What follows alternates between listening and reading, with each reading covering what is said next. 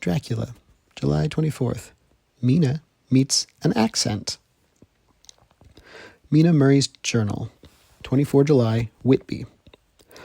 Lucy met me at the station, looking sweeter and lovelier than ever, and we drove up to the house at the Crescent in which they have rooms. This is a lovely place. The little river, the Esk, runs through a deep valley, which broadens out as it comes near the harbor. A great viaduct runs across, with high piers, through which the view seems somehow further away than it really is. The valley is beautifully green, and it's so steep that when you're on the high land on either side, you look right across it, unless you're near enough to see down. The houses of the old town, the side away from us, are all red-roofed and seem piled up, one over the other anyhow, like the pictures we see of Nuremberg.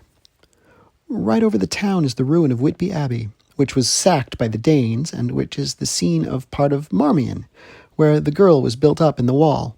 It is a most noble ruin, of immense size, and full of beautiful and romantic bits.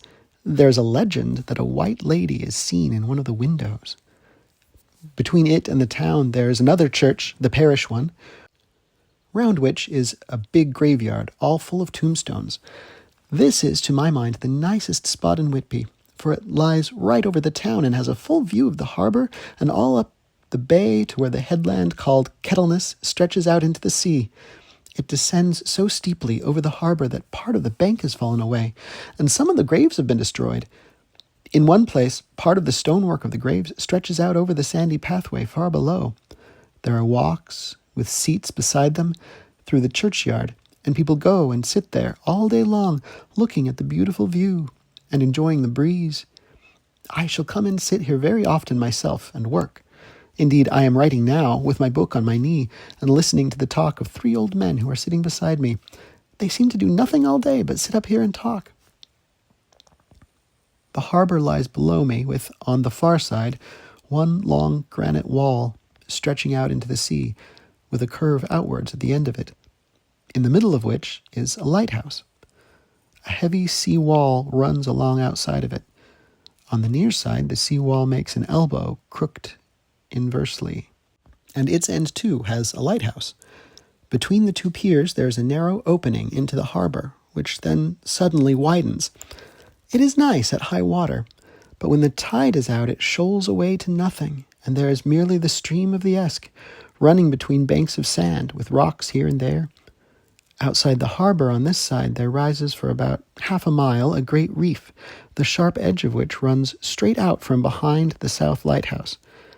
At the end of it is a buoy with a bell, which swings in bad weather and sends in a mournful sound on the wind.